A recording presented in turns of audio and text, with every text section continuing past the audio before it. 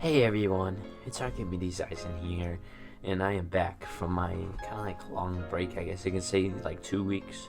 So pretty much guys, this is the 1K special, and I'd like to take a few seconds to thank all of you for getting me to this huge milestone of 1,000 subscribers. Right now I'm like almost at 1.2K, so I kind of like missed it. But like I couldn't really do it like a live stream or something. But basically, this is the 1K special of what if Naruto was Yhwach's reincarnation. Now I'll be doing other what ifs, like what if Naruto had Octane's powers, and what if Naruto had Revenant's powers, because I've never really seen Apex Legends what ifs like Naruto or Deku having those powers, so I'd like to be the first to do that. And Apex is kind of busting since I've kind of been playing that while I've been having some technical issues. So pretty much guys, without further ado guys, this will hopefully be a movie special. Yeah, I'm definitely gonna try to do a movie special. But without further ado guys, sorry about that tangent I went on, but let's get straight into this what if. Now we actually start this what if when Naruto is born, believe it or not. So pretty much when Naruto is born, it'll just be like canon. He would just be born with the usual blonde hair. Says no, he wouldn't, obviously. I never do that. But he would be born with black hair, since that is Yhwach's hair.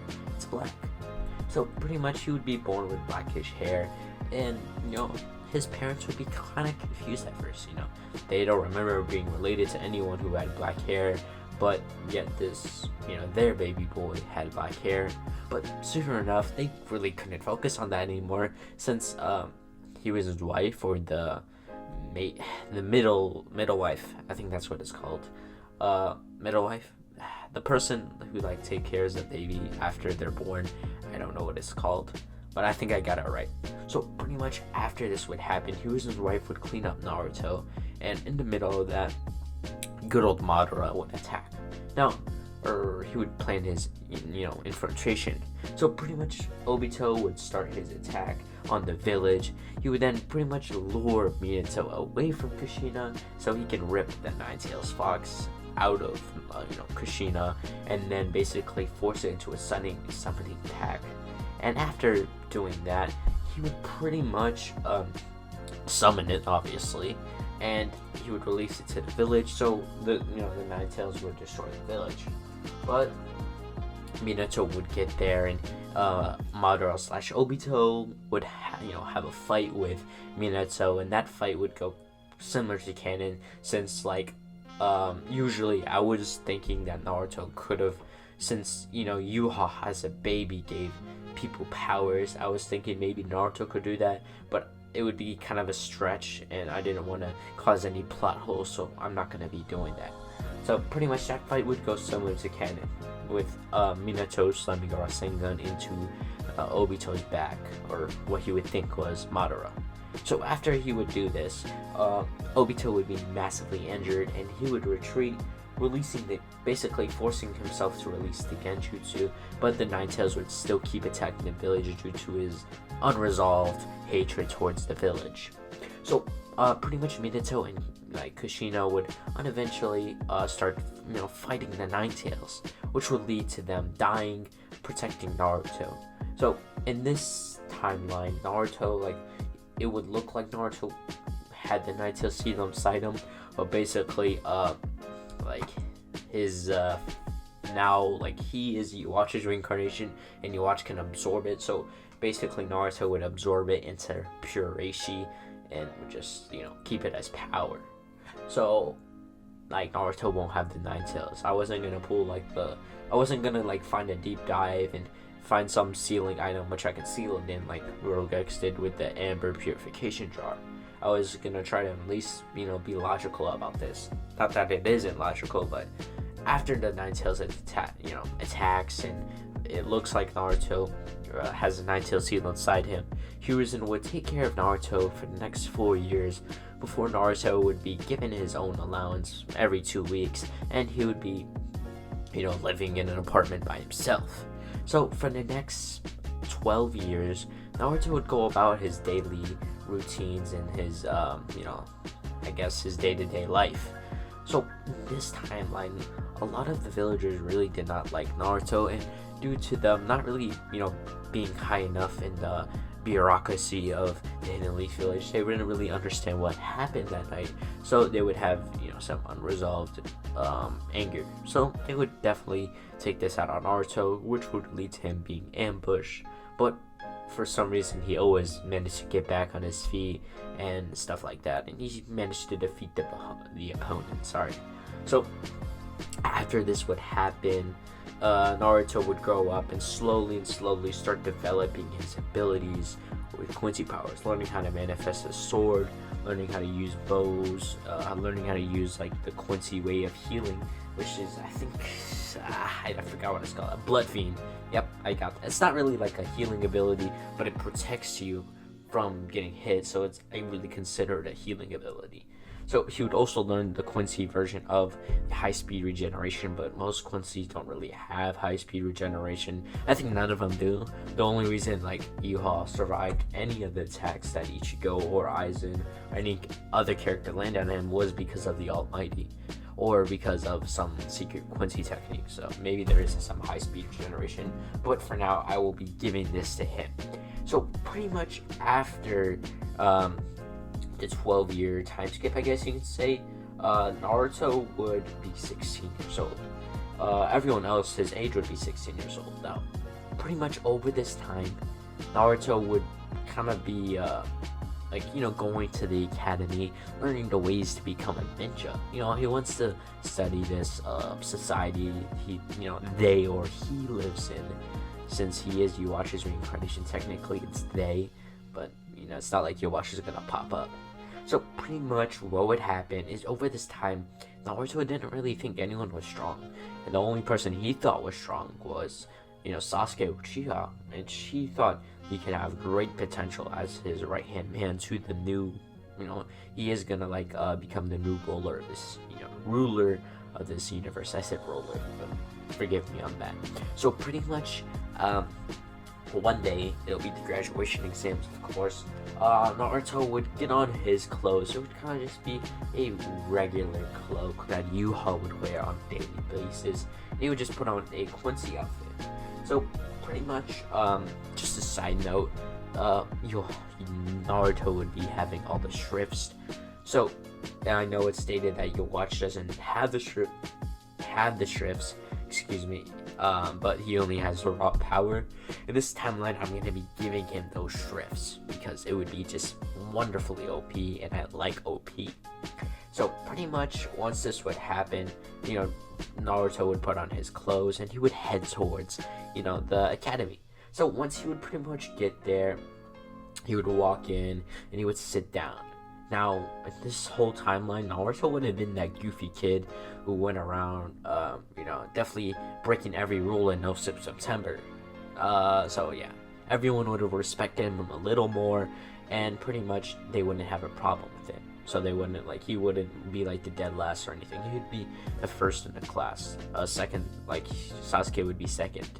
So pretty much, when he would sit down next to Sasuke, or he would see Sakura, arguing about who would sit next to Sasuke, and Naruto would just sit next to him. He basically seen so much potential in Sasuke, and it's not in that way, it's in the ninja way. So pretty much Sakura and Ino would just go about their own lives, as they're not going to be sitting there anymore. Not that they ever will. But basically after this would happen, Iruka would walk in and start to explain to them about what will be happening in their ninja career. So everyone would be kind of pumped up that they finally became ninja. Now they're going to go on some crazy mission and become heroes of the Leaf Village. And some of them might become Hokage, but that was just all a pipe dream. So pretty much once this would happen, once Iruka would walk in, Iruka would pretty much start to explain everything. He would explain to them what their teams are, and pretty much their sensei, Asuma and Kurenai, would come in and pick up their teams, but Team 7 would just be waiting there for the next 3 hours. So Naruto would kind of just be chilling once, in his whole life. He's never been a chill person, so he's quite relieved to have this time. I don't know why I'm going into details, but it is what it is. So pretty much once Kakashi would come up, he would start to explain to them that they're gonna go out to the roof. So once they would go to the roof, they'd be sitting on the stairs on the roof, and Kakashi would start to ask them about their goals and dislikes and their likes, and their names, of course. So Sakura would go first, and she would kind of just mumble. She didn't really say much, but everyone knew her goal, which it wasn't really much of a goal, but it is what it is.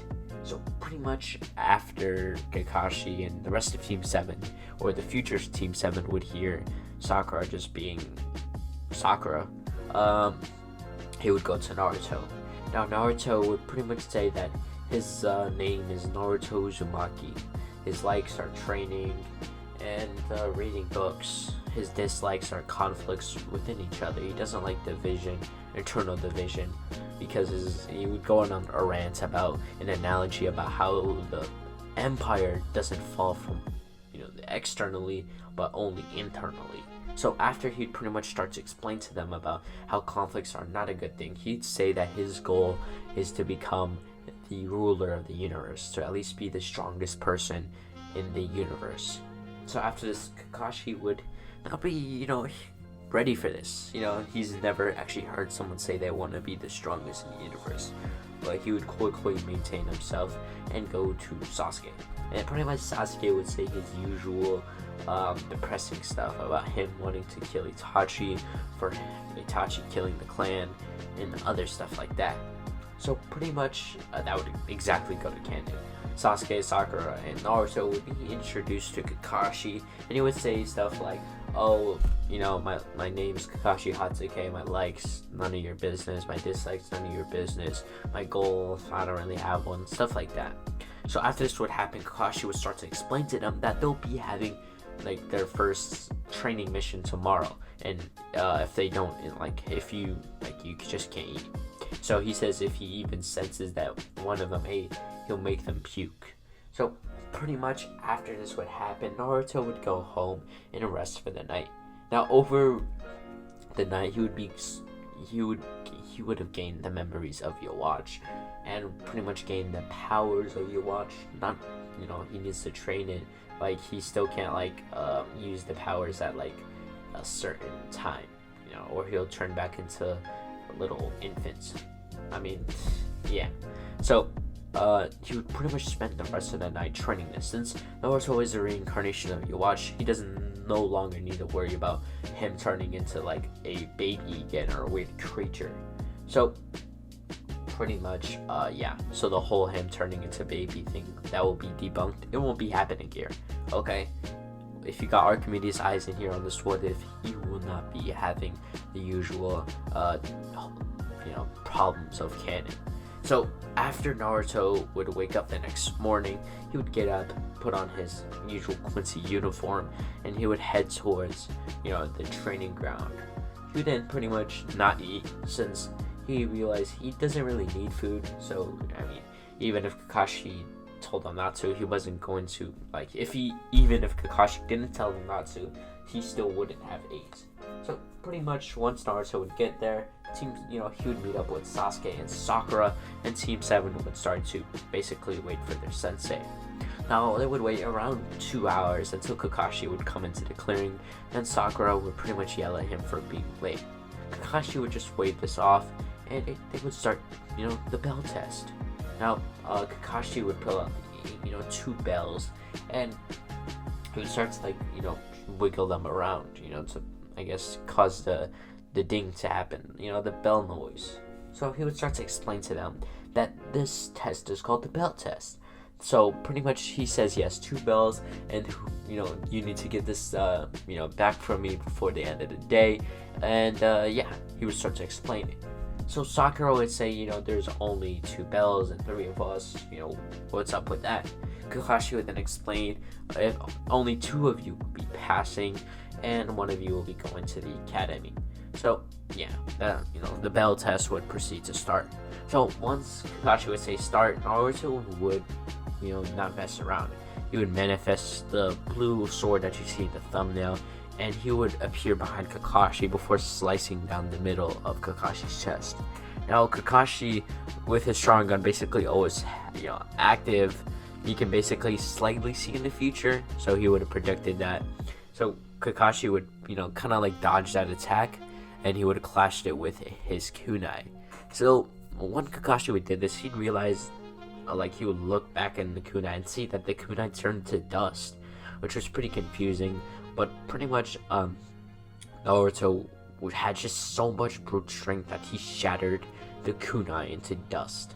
He would then, pretty much punch, Kakashi with a Ryatsu into his hand, Reishi, and he'd pretty much, like, I don't really know the name of this third rider, but it's that person, like, every time you keep cheering from him, he gets stronger and stronger. He would have used one of his punches and, basically hit Kakashi. So, after this would happen, Kakashi would get sent flying, and Naruto, while still seeing Kakashi midair, would appear behind him, and he would use Gremmy's imagination to basically change the landscape into ice, like just a cold, freezing place. So when Kakashi would land, it would have some ice burns on his arms and over his whole body, and some, scratches from landing that hard. So once he would get up, Kakashi would, lift up his headband and go into, like, a full battle with Naruto. Naruto would be clashing with, Kakashi's, like, smallish kunai, but, Naruto was clearly seen to be dominating the fight. Now Sakura and Sasuke would slowly be watching this from afar, thinking that they're pretty much doing nothing. Now Sasuke would get angry by this, and he would use the body flicker technique to appear a little bit behind Kakashi before running through these hand signs like in a blur, before using the fire style fireball jutsu. Now pretty much once he would feel the chakra going into his lungs, he would then breathe out, like exhale, and a huge fireball would come out of his mouth. Now this would be sent towards Kakashi, and Kakashi would pretty much turn around to do a Urusayama wall. So once he would do this, 4 walls would appear around him, and they would have all the dog symbols like he usually does with his mud walls, and pretty much Kakashi would have blocked attack. Now Naruto was predicting this with some power of the Almighty, and he would have he would have made a clone out of his Reishi to go underground, and basically Kakashi would feel like a huge pressure going onto his ankle, so he would kind of slouch for a few seconds, or kind of almost went on his knees before a hand would come from the ground, uppercutting Kakashi, basically knocking him out for the count. Now after this would happen, Naruto would break the mud wall before grabbing the bells, throwing one to Sasuke and then throwing one to Sakura. Sakura becomes, quite surprised. Naruto didn't seem like this person who would have this much power, but they weren't really worried about that. They were worried about tying Kakashi to the tree. So after, Kakashi would wake up, he would congratulate them on, passing the exams, and he would go on about how teamwork is pretty much everything. So after this would happen, Team 7 would go to their respected homes, and Naruto would just go to bed. After training for a few hours, he would pretty much go to bed. So this will actually be the end of this arc, I guess you could say, of the bell test. Alright, now we are starting a new arc. Now this arc would pretty much be the Land of the Waves. So pretty much after a whole month of Team 7 doing, D-rank missions and stuff like that, they would actually get annoyed of this, doing so many D-rank missions. It helped with getting money and stuff, but all around it was kind of boring. So pretty much what would happen is that Naruto and Sasuke would appeal to Kakashi, asking him if they could possibly get a C-rank mission. Kakashi, realizing that they managedly broke the record for all the D-rank missions they did, and he would realize, as a treat, I guess you could say, he would try to convince the Hokage, or give his recommendation to the Hokage to let them do said C-rank mission. So Kakashi would appeal to the Hokage, saying that his team is more than capable of doing C-rank missions, which the Hokage, after reviewing all of the mission reports and realizing that the team did outstanding jobs on the mission, realized that they are definitely mature enough to go on the mission. So he would give them the C-rank mission where they have to escort a super bridge builder to the Land of the Waves, so to help him guard him while he builds a bridge. So this didn't seem like a hard job to Team 7, and they would have been given 1 hour to pack their stuff, and the rendezvous would be at the village gates. Now, pretty much everyone would get their clothes and their food and stuff they needed for the mission, and they would be at the village gates before heading on the mission. Now, pretty much what would happen is on their way, to the land of the waves, they'd be running through, and it'd just be a scorching day. Everyone would have, sweat kind of pulling down their foreheads, and they'd be, drinking water, like stopping for water every now and then at a river to get water, pretty much. So after this would happen, they'd be running until maybe halfway through, or they're pretty much almost there. Naruto would feel a presence, just anywhere. Now he would stop, and the Team 7 would stop as well, noticing Naruto just stopping randomly. Now Naruto would look around until he'd kind of put Ryatsu into his eyes, and he'd realize, kind of use the Almighty pretty much, and he'd see that there's 2 people in the puddle there. So what he would do is he'd pretty much make a blade, and he would imagine that the water would turn into basically lightning. So lightning and fire, pretty much. So what would happen is the 2 demon brothers would get burned to death. Now after this, he would grab at their head and imagine that he had all of their memories of something related to the mission. So he would retain all the memories after their death, and he realized that they're a S-rank missing nin basically on this mission. So he'd explain this, he'd share the memories with all of Team 7, and Kakashi would start to ask Tazuna some question about the true ranking of this mission, which Tazuna would start to spill the beans about how the Land of the Waves didn't have enough money to pay for an A rank mission, so he only had enough money for a C rank mission. So after a few minutes of discussing, Team 7 would still be on the mission, and they would head towards the Land of the Waves. Now, once this would happen, they would get there, and the thick mist would start to, form itself in the fiery Land of the Waves. I don't know where I'm coming with these random words to say, but yeah. So the mist would start to form, and it would become really thick. So Naruto would start to output his Ryatsu to clear it. Every time he would clear it, would start, forming again. So Kakashi would realize that this is not just a natural mist jutsu. This was actually the hidden mist jutsu. This wasn't just a mist. Forgive me, I think I said mist jutsu. I meant to say natural mist. But basically, Kakashi would tell everyone to duck after he pretty much felt something coming in their direction. So everyone would duck, and a blade would fly over their heads. Now this blade would lodge itself into a tree, and a masked man would basically land on it or stand on it. So after this would happen, this man would be later identified as Zabuza Momochi, S-rank missing nin from the Mist Village. So after this would happen, Kakashi and Zabuza would proceed to have their monologue, their inner monologue, their dialogue, and then they would go into their fight. This fight would go straight to canon, with Kakashi still slipping up and pretty much getting put in the water prison jutsu. Now after this would happen, Naruto and Sasuke would, kind of group up, and they would come up with a plan while Sakura defends the bridge builder. So Sasuke and Naruto would have a similar plan about basically Sasuke would become the shuriken, a shuriken, and Naruto would imagine that this shuriken had the power of pretty strong feats. It's hard to break this. So and it would go pretty fast, FTL. So basically what would happen is Naruto would grab the wind blade shuriken. He would throw it as fast as he can, or not as fast, but as fast as he can for the situation. So he'd throw the wind blade shuriken, and it would go through soaring through the air before it would go to the hand of Zabuza, who was basically holding the water prison jutsu. So Zabuza would quickly react, and he would basically notice that he's barely reacting to this, and he was really wondering how strong this kid is. So Zabuza would pull his hand out, and the water prison would be broken.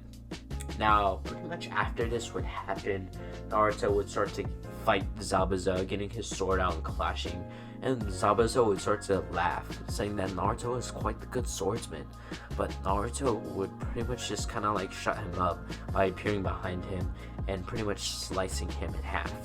Now, after this would happen, Naruto would then appear behind Haku, or this masked man, behind, in a tree, and proceed to eliminate him. So after that would happen, that part of the mission would be finished. So Naruto and the rest of Team 7 would help Tazuna build the bridge, and Naruto would have assassinated, the colonizer of the sea, Gato. So what would happen is he would kill Gato, and he would give all the money to the Land of the Waves, and the Land of the Waves would kind of like say if Naruto wanted to be their leader, they would definitely follow him. So this will be the part when Naruto would spread his soul to all the people in the Land of the Waves, so they can at least learn how to use partially some of the Quincy powers. So they wouldn't really learn to know too much. I don't want to make it like too broken, but they would have just learned how to use more of the chakra. They wouldn't have any spiritual energy. So they would have he would have gave them more potential, and they would have unlocked more potential, so that everyone in the Land of the Waves would be around low tuning level to high joning level, so maybe low kages, like some of the people there. So after this would happen, everyone would swear their allegiance to Naruto, and Naruto would tell them that he would be back. So after the mission, Team 7 would head back to the Leaf. Now Naruto, after giving his mission report, would kind of like head home. Now for the next 2 weeks, Naruto and the rest of Team 7 would do some quality time training. Now this would basically them be doing teamwork training, learning techniques, or that would be more Sakura and Sasuke. Naruto is quite strong for himself, and he doesn't need to really learn techniques or learn chakra based techniques, but he would help Sasuke unlock more of his potential. So he would kind of use the Almighty and some of the Quincy powers he has to unlock more of his potential, like the power of imagination. So Sasuke in this timeline would learn the 3 Tomoe Sharingan. Not learn it, attain it. So he would attain the Sharingan, and he would learn the Chidori, which, with the help of literally a guy who is multiversal, I don't really see how that's like difficult. So pretty much after this would happen, the Chunin exams would start. Like Kakashi would explain to them that the Chunin exams might take place, but Kakashi would tell Naruto that the Hokage has to tell him something. So Naruto would head to the Hokage tower, and the Hokage would tell Naruto that he's simply too strong to take the Chunin exams. Everyone, like, he's already in the bingo book, for like S rank bingo book, dead or alive, by the Mist Village for around 100 million in the bounty. So he'd realize that Naruto is strong enough, and he would have promoted him to like elite joining of the village. So after this, Naruto would have been quite happy with this promotion, and he would have helped Sasuke, basically do the Chunin exams. He wouldn't be there. He would just give him some last words and stuff like that. And yeah, that would be the end of it. So the next day, Naruto would be called into the Hokage's office, and he would pretty much be told by Hiruzen that some of the people at the Mist Village were quite mad about Naruto basically killing Zabuza without giving back the blade, since they want the blade. Now Naruto would be quite surprised, since this blade was quite weak, but he was going to explain that they're actually heading towards his grave so they can get the blade themselves. So he would ask Naruto to go in as an undercover ninja to basically take them all out, like all the elite Anbu, and get rid of their bodies. So Naruto would head back to the Land of the Waves, and he would pretty much be in this forest right by Zabuza's grave. He would be watching from the clearing when he'd see about 15 elite mist Anbu appear, and he'd watch as they were about to put their hand on the handle of Zabuza's blade, and you can even see some of them celebrating internally, which he felt that. So after that, Naruto would appear out of nowhere, and he would use Bazby's Shrift.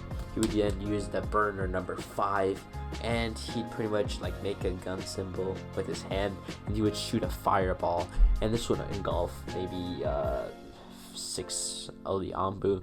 He would then appear behind one of the head of the elite Anbu, and he would ask them, what would you do if your whole arm was turned into cookie dough? After this, the Anbu would feel his hand turn into cookie, literally.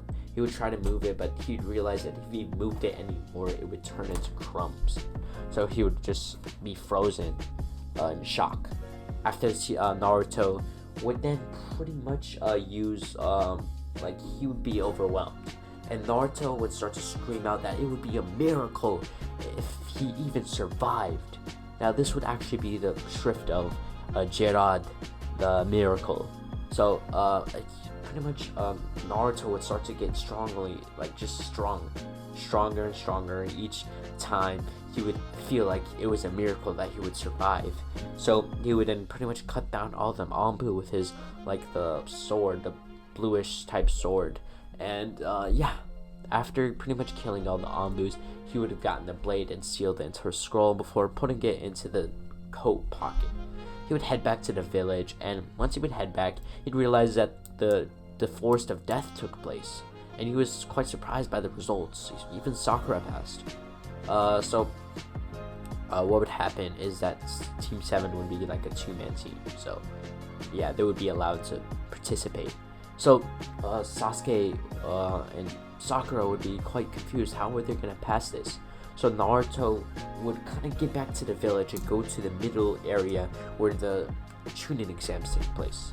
Now if you're confused, did Sasuke get the curse mark? Yes, he did get the curse mark, and pretty much the whole fight would have went to Canon, but Naruto wasn't there. Canon Naruto wasn't there.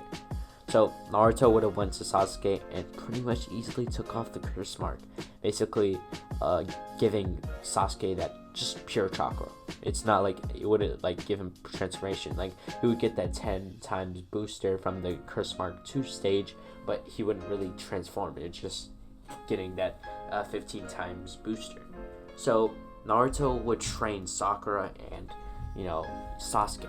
Sakura, he would teach something that he remembered from the past life that the old man used. Now this would be like the Soketsu, and I think it's called Oketsu.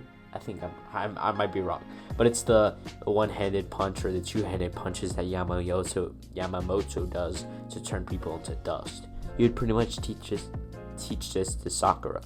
What he would teach Sasuke is he would just put his hand over his face, and once pretty much Sasuke would open his eyes, he would have pretty much gained the ability of Drugram.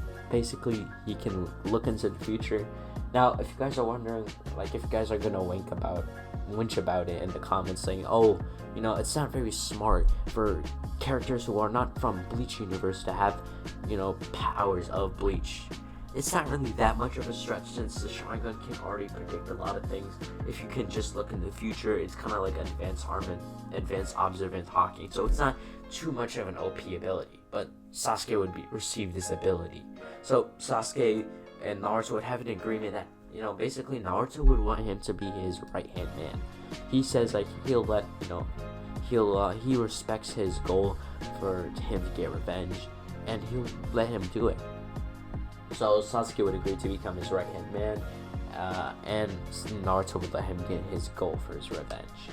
So after this would happen, Sasuke and Sakura go along with the Chunin exams, and I'm just going to say this right here. The whole Chunin exams would go way differently.